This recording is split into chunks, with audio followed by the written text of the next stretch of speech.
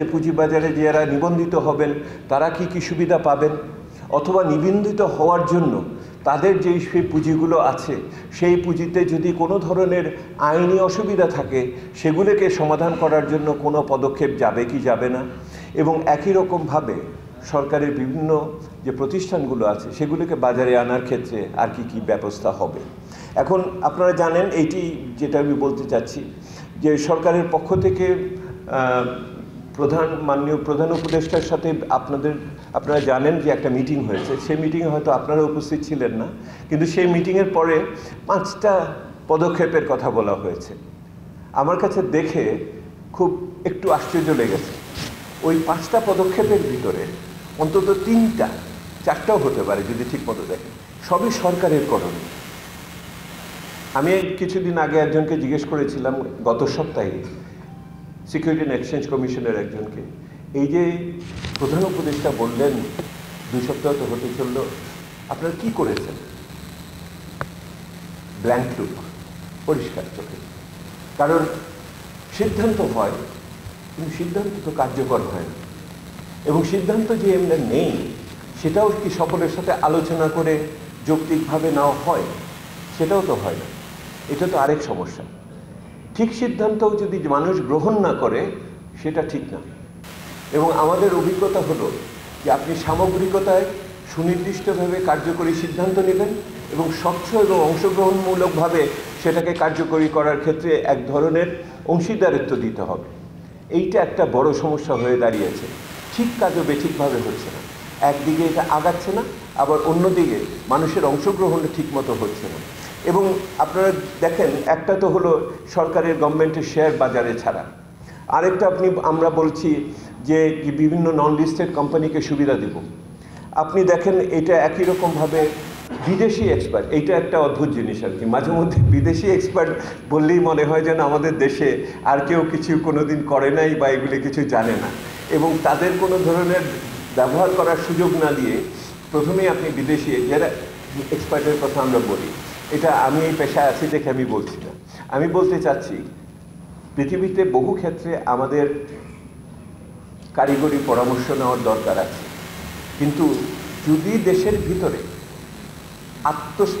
আত্মজভাবে যদি কোনো পদক্ষেপ না হয়, যেটাকে আমরা অংশীদারিত্ব বলি, এবং যে এই টাপোগ্রাফি বুঝে যেটার ভিতরে এটা হয়, এটা যদি মিলিয়ে না করি এটা অনেক ক্ষেত্রে এটা টেকসই হয় না।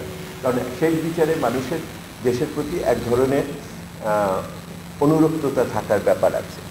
আর যেটা আছে সেটা হলো পিউনিটিভ মেজার্স। শুধু পিউনিটিভ মেজার্সের ক্ষেত্রেই হয়তো আগাবে, এবং আপনারা যদি লক্ষ্য করে দেখেন সিকিউরিটি অ্যান্ড এক্সচেঞ্জ কমিশন যে সমস্ত পদক্ষেপগুলোর কথা বলেছে, ওনাদের যে টাস্ক ফোর্সে যেগুলি আমি যেটুকু দেখতে পেরেছি, সেখানে পিউনিটিভ মেজার্সের উপর জোরটা অনেক বেশি আছে। এটা তো ঠিক, আমরা তো জানি যে সিকিউরিটি অ্যান্ড এক্সচেঞ্জ কমিশনে আগে যারা ছিলেন, প্রধান একজন তো ইতিমধ্যে তার স্বাধীনতা হারিয়েছেন, কিন্তু তার সাথে আরও যারা ছিলেন তারা তো এটার সাথে যুক্ত, এই ব্যাপারে তো কোনো সন্দেহ আমাদের নাই।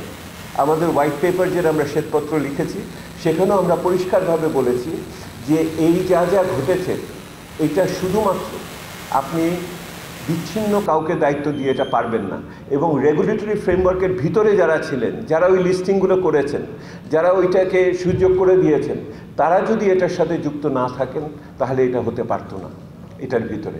শুধু আমি আবার ফিরে আসি, এটা একটা সামগ্রিকতার বিষয় আছে। কিন্তু এখন এই মুহূর্তে আমি এটা বলি শেষ করতে চাচ্ছি, একটা বড় বিষয় আছে যে আমরা পুঁজিবাজারকে সংস্কার করে কোথায় দাঁড় করাবো এবং এটা সম্ভাবনাকে আনতে হবে, এবং আমাদের মনে রাখতে হবে পুঁজিবাজার দীর্ঘমেয়াদী অর্থায়নের প্রতিষ্ঠান, এটা দিন আনি দিন খাই প্রতিষ্ঠান না।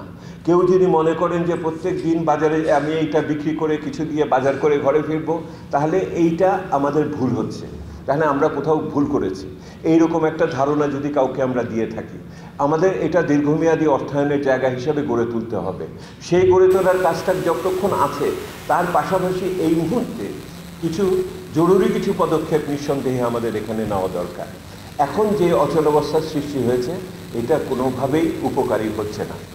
এই অচলাবস্থা থেকে বেরোতে হবে। এই অচলাবস্থা আলোচনা ব্যতিরেকে বেরোনোর কোনো পথ আছে বলে আমি মনে করি না, এবং আস্থায় নিতে হবে, একে অপরকে আস্থায় নিতে হবে। এবং আস্থার ভিত্তিতে আমাদের এখানে অভিন্ন স্বার্থকে সামনে জোরদার করার ব্যাপার রয়েছে। এবং যদি আপনি ঠিক কাজটাও করেন আর মানুষ যদি গ্রহণ না করে, তাহলে মনে রাখতে হবে কোথাও একটা সমস্যা হয়েছে। সেহেতু আমি আজকে আপনাদের কাছে বলতে চাই, বাংলাদেশের পুঁজিবাজার ঘুরে দাঁড়ানো বাংলাদেশের উচ্চতর মধ্যম আয়ের দেশের জন্য একটা অন্যতম বড় হাতিয়ার হিসেবে আসতে হবে।